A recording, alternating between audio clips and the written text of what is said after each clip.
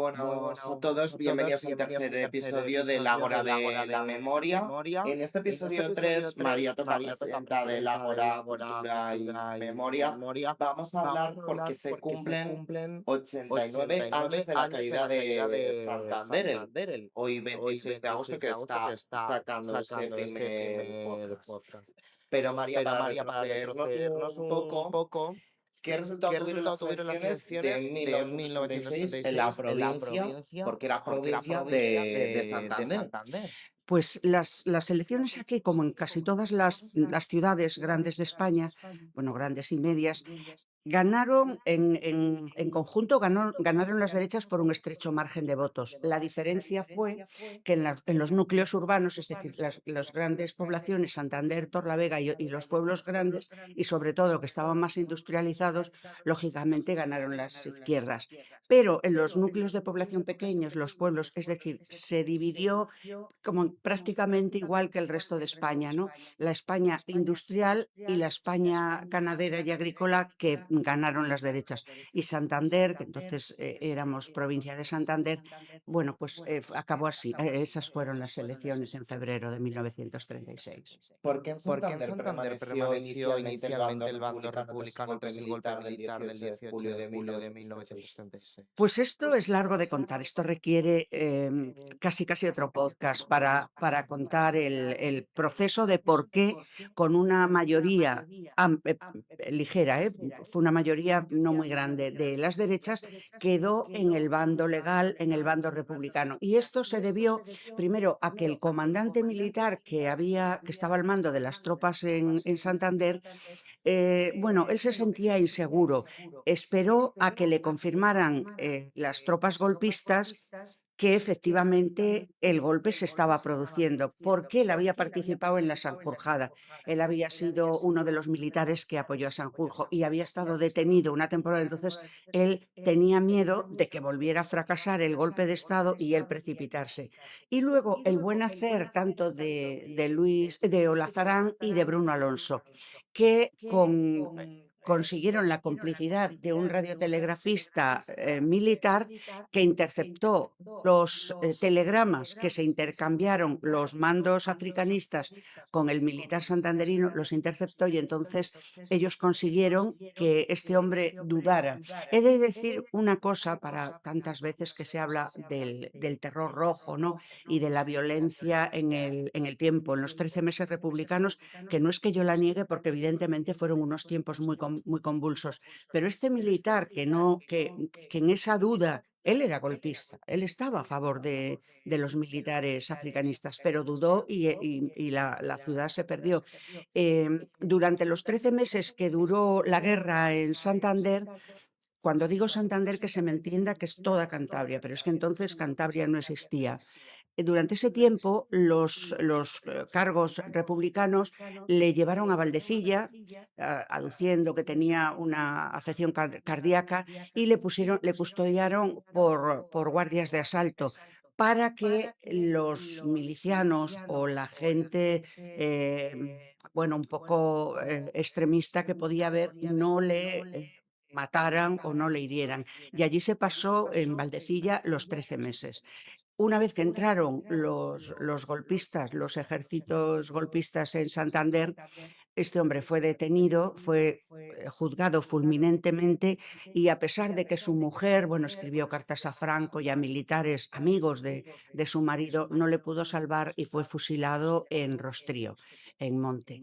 Entonces, fue toda una historia muy rocambolesca el que se quedara, trajeron inmediatamente, o sea, quitaron a este y trajeron a un capitán de Santoña para mandar las tropas aquí en Santander, que ya conocían tanto Bruno Alonso como Lazarán, que era fiel a la República. Fue, por un lado, el buen hacer de estos dos políticos, que Bruno Alonso, bueno, es de sobra conocido, pero fue un político realmente...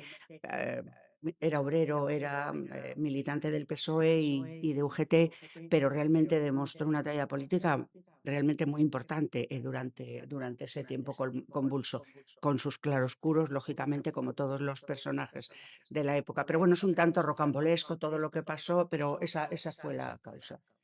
Santander Santander hablamos de hablamos de que tuvo un que tuvo un papel papel importante dentro importante del dentro del Frente Frente Republicano. Republicano. Claro, formaba parte del Frente Norte. Date cuenta que cae Bilbao porque tanto San Sebastián como Vitoria quedaron en la zona republicana, quedaron en el bando republicano. Entonces, en junio cae Bilbao de forma casi sorpresiva, porque Bilbao le habían hecho unas trincheras rodeando toda la ciudad que le llamaron el cinturón de hierro. Bueno, pues nada, no sirvió de nada porque las tropas entraron rápidamente y arrasaron. Una vez caído Bilbao, quedaba únicamente Santander y parte de Asturias en manos republicanas. Y esto, el Frente Norte tenía muchísima importancia en la guerra. De hecho, hay algunos historiadores, bastantes, que opinan que cuando cae el Frente Norte, realmente la República se derrota. El resto fue una larga agonía, porque en el Frente Norte estaban las fábricas de armamento y era, digamos, donde había más riqueza.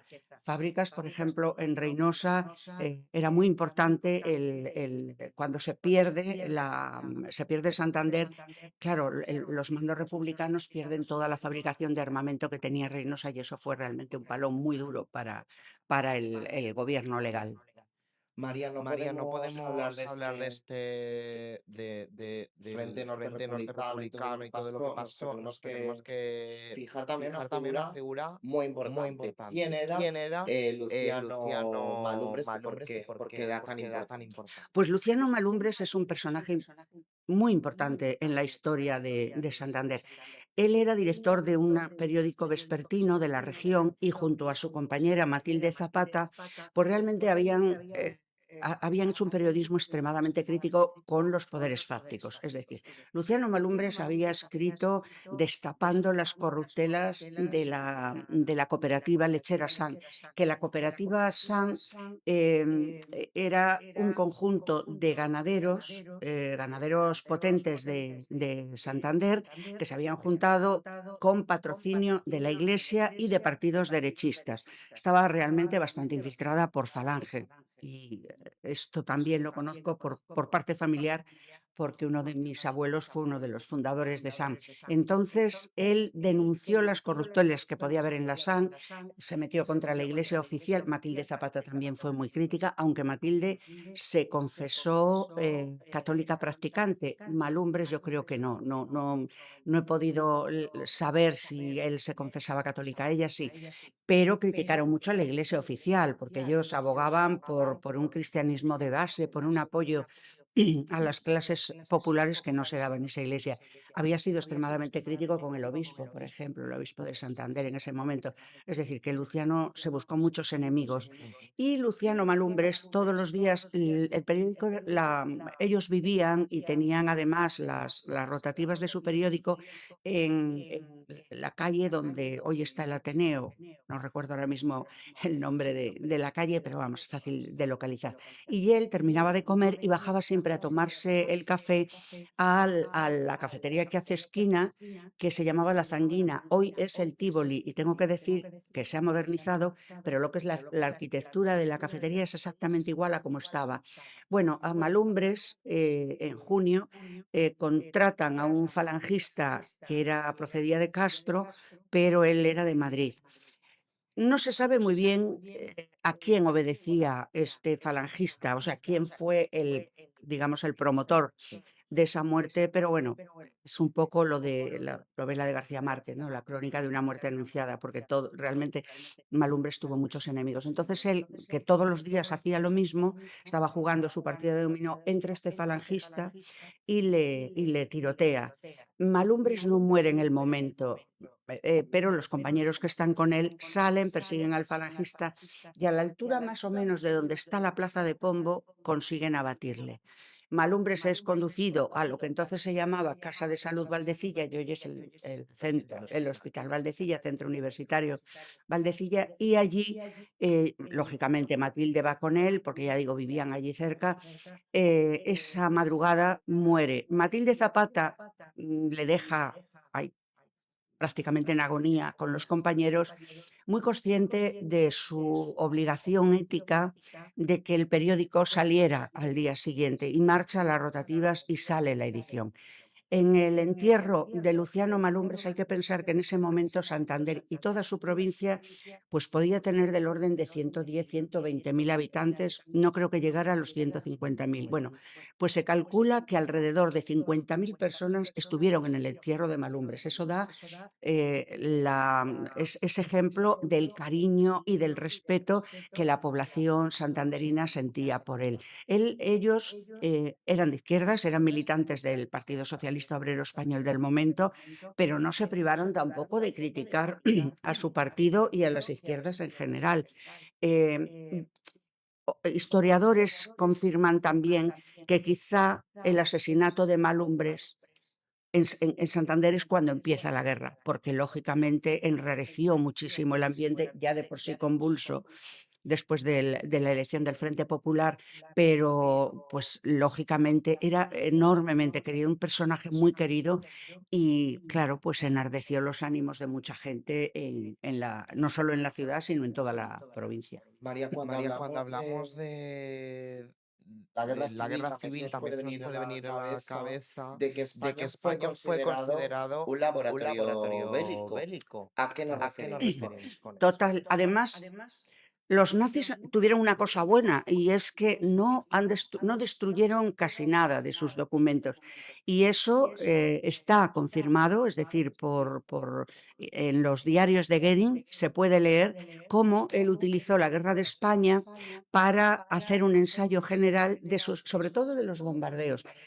Utilizó los bombardeos en picado y luego los bombardeos con ametralladoras, es decir, no solamente tiraban bombas, sino que ametrallaban, como hacían esos vuelos en picado, pues ametrallaban a la población. España fue el laboratorio donde el ejército alemán, y sobre todo la Luftwaffe, entrenaron lo que luego ocurrió en Polonia y continuó en la Segunda Guerra Mundial. Pero no, esto no es una opinión ni una apreciación, sino que en los diarios de Goering lo confirma y lo explica.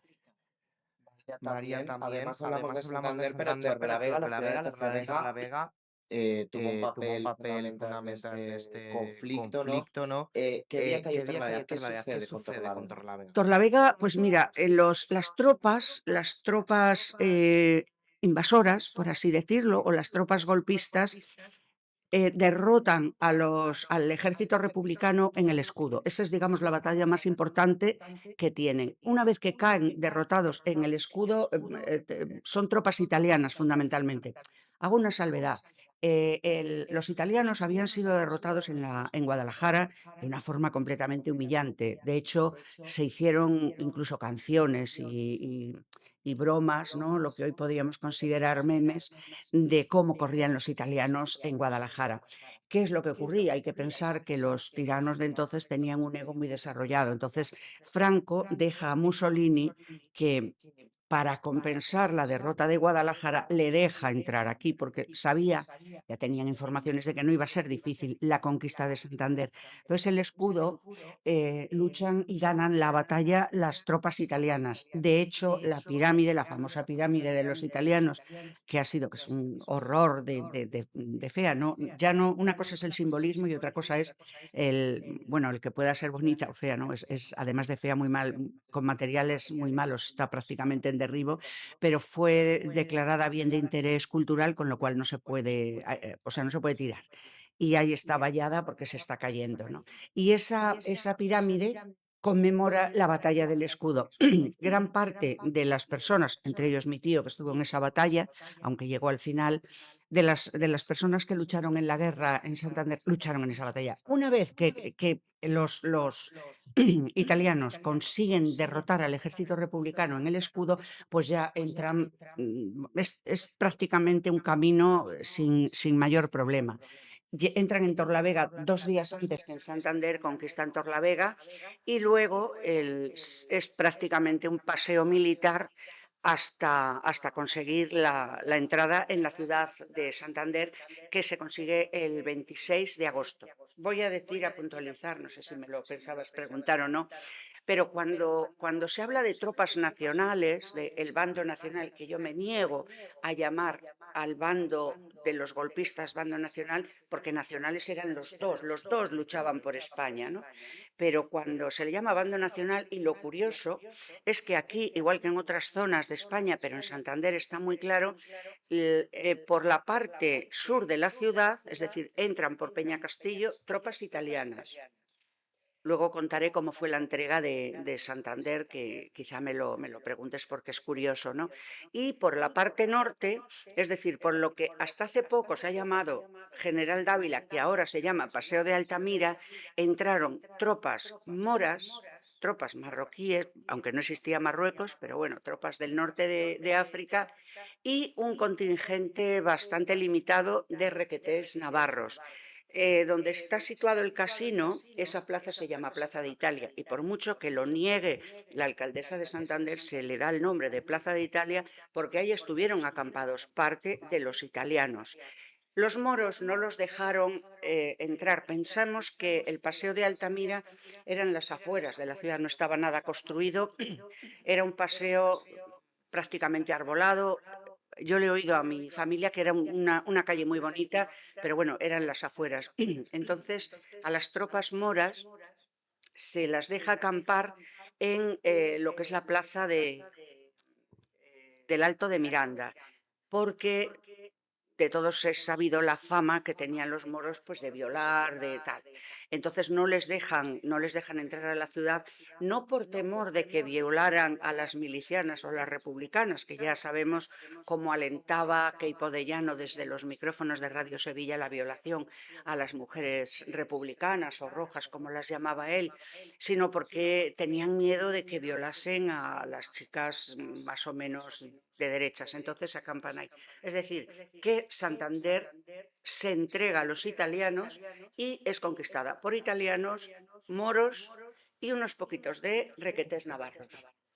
Vamos a hablar de esa parte, bueno, en realidad de la parte vasca. ¿Qué importancia tuvo el papel de los vascos aquí y qué es el Pacto de Santoña? Pues mira, cuando cae Bilbao, la riada de personas que llega a Santander es tremenda. Fijaros que yo esta cifra la he contrastado en varias fuentes porque me parecía tan excesiva que la creí inverosímil, pero sí, se coincide. Alrededor de 150.000 vascos se exilian en Santander. Aquí son acogidos por familias, se les habilita colegios, centros, cualquier sitio sirve. De hecho, tenemos a dos personas muy amigas del Ágora que sus abuelos estuvieron viviendo, fueron acogidos en una casa de astillero, además la nieta lo recuerda muy bien, calle La Industria número 11. Bueno, fueron acogidos en cualquier sitio, ¿no? Algunos de ellos incluso nosotros tenemos abajo una fotografía donde se les ve acampando en los pinares del Sardinero, porque no había sitio para tantos, ¿no? Entonces, eso tuvo la importancia. Y el ejército vasco, los gudaris, hago un inciso, el Partido Nacionalista Vasco ideológicamente era mucho más afín a los golpistas que al gobierno republicano. ¿Qué es lo que ocurría? Que ellos sabían que las tropas franquistas iban a anular la autonomía vasca, iban a eliminar el estatuto vasco. Eso fue lo único que les hizo decantarse por el bando republicano, pero ideológicamente ellos se sentían, pues son muy católicos, en fin, y muy conservadores. ¿Qué ocurrió? Que cuando cae Bilbao, pues el gobierno vasco, el Lendakari, José Antonio Aguirre, viene huyendo con la gente vasca y se queda en la Casa Rosales, que está muy cerca del Faro. Es una pena, hago este pequeño inciso, que se está cayendo, que es un sitio además precioso, con un valor histórico importante, porque allí eso fue sede del gobierno vasco durante 2 meses aproximadamente. El Lendakari Aguirre se refugia en la Casa Rosales, pero ya digo, para ellos la guerra ya había perdido todo el interés. Ellos ya habían perdido Euskadi y ya, entonces, por parte del Lehendakari Aguirre, con muy buenas relaciones en el Vaticano, el PNV siempre ha tenido muy buenas relaciones con el Vaticano y con la CIA también. Pues los emisarios del gobierno vasco consiguen entablar negociaciones con los italianos mediando, como he dicho, el Vaticano. Entonces, lo que se hace se llama Pacto de Santoña, porque estaban los italianos acantonados mayoritariamente en Santoña. Y entonces se llama a un país neutral, a Inglaterra. De hecho, los ingleses envían un barco y estaba el barco prácticamente ya lleno de gudaris que los sacaban de Santander, de lo que hoy es Cantabria, para llevarlos a Inglaterra porque la guerra había perdido interés. Cuando Franco se entera del pacto de Santoña, monta en cólera, porque los italianos lo han hecho un poco de espaldas a Franco, ¿no? Y suspende las negociaciones, suspende el pacto y hace, todavía el barco inglés no había zarpado del puerto de Santoña, hace desembarcar a todos los gudaris, que casi todos estuvieron presos en el penal del Dueso de Santoña. Ese fue el pacto de Santoña que, a ver, es comprensible con el sentido nacionalista que tenían los vascos, que una vez perdida su nación, puesto que ellos lo consideraban nación, no tenían mayor interés. Eso quiero decir que fue parte del ejército vasco, digamos, la parte más afín al PNV, pero siguieron luchando con auténtica lealtad.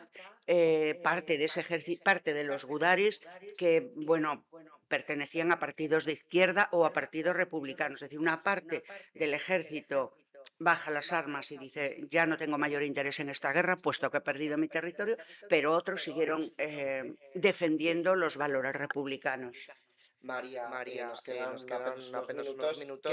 ¿Qué día se produjo la rendición de Santander? ¿Qué día Santander firma la rendición? ¿Y qué pasa después de eso? Bueno, la rendición, como he dicho, Santander no hubo una batalla. Lo que es la ciudad estaba padeciendo hambre, enfermedades. Días antes se había cortado el agua, apenas había momentos que daban la luz, prácticamente no había luz. Y luego la quinta columna, como en todas las zonas donde estaba próximo a llegar los golpistas, pues estaban haciendo su labor. La quinta columna que esto podemos, si luego tenemos tiempo, podemos hablar, porque realmente los crímenes que se producen, que no solamente no los negamos, sino que consideramos que fueron terribles, y quisiera también hablar un poco del inspector Neila, que fue realmente un personaje siniestro que hizo daño, por supuesto, cometió muchos crímenes y hizo mucho daño a la República por el desprestigio que supuso, y luego fue un ladrón porque se llevó parte del dinero republicano en su exilio de Francia. Es decir, no negamos, pero la histeria que se produce en esos 13 meses de guerra con la quinta columna, gente que encendía las luces para los bombardeos, tenemos que pensar que Santander fue bombardeada, la ciudad, hablo de la ciudad, 34 veces con bombardeos masivos, y el resto de la provincia, en total fueron 184 bombardeos que se producen. Posteriormente a ocurrir los bombardeos, la gente lógicamente tomaba en muchos casos o en bastantes casos la justicia por su mano, lo cual no significa que lo justifiquemos en absoluto, pero requiere esa explicación. Bueno, como estaba diciendo, la gente estaba totalmente desmoralizada, hambre, sed, sin luz. El ejército, que había perdido la batalla del Escudo, había venido hacia la ciudad huyendo, y realmente ya no ofrecían resistencia. Hay que pensar también que el gobierno central se había marchado de Madrid, habían abandonado a la ciudad de Madrid, el famoso no pasarán, y la defensa, la resistencia que tuvo el pueblo de Madrid, pero el gobierno se había ido a Valencia. Estaba Indalencio Prieto, que era un hombre depresivo, que hoy veía todo mal, mañana veía bien. Manuel Azaña, un gran hombre, un gran intelectual, pero le faltaba vigor, cosa que le afeaba mucho la pasionaria, para dirigir una guerra. Es decir, era una sensación de derrota. Entonces, en Santander no hay defensa.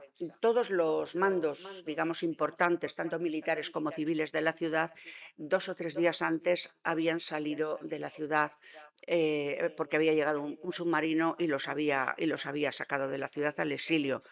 No considero, digamos que no es una crítica, un poco sí, pero no del todo, porque ciertamente esa gente de quedarse, y de hecho lo vimos con los que se quedaron, pues fueron fusilados todos. Entonces, el que se marcharan por su significación política era en cierto modo razonable. El puerto de Santander se convirtió en un hervidero. Salían cualquier barco, cualquier cosa que flotara, se subía la gente enloquecida huyendo, ¿no? Es más, hubo muchas lanchas, muchas barcazas que a la altura de las quebrantas, justo cuando ya se da la vuelta de la bahía, pues ahí zozobraron y se hundieron porque iban sobrecargadas de gente que iba huyendo. Era pura desesperación. Se comenta con bastante rigor que los quintacolumnistas se atrevían ya a salir y andar por la ciudad, y a los guerrilleros, a los milicianos y a la guardia de asalto también les cambiaban el fusil por una botella de coñac.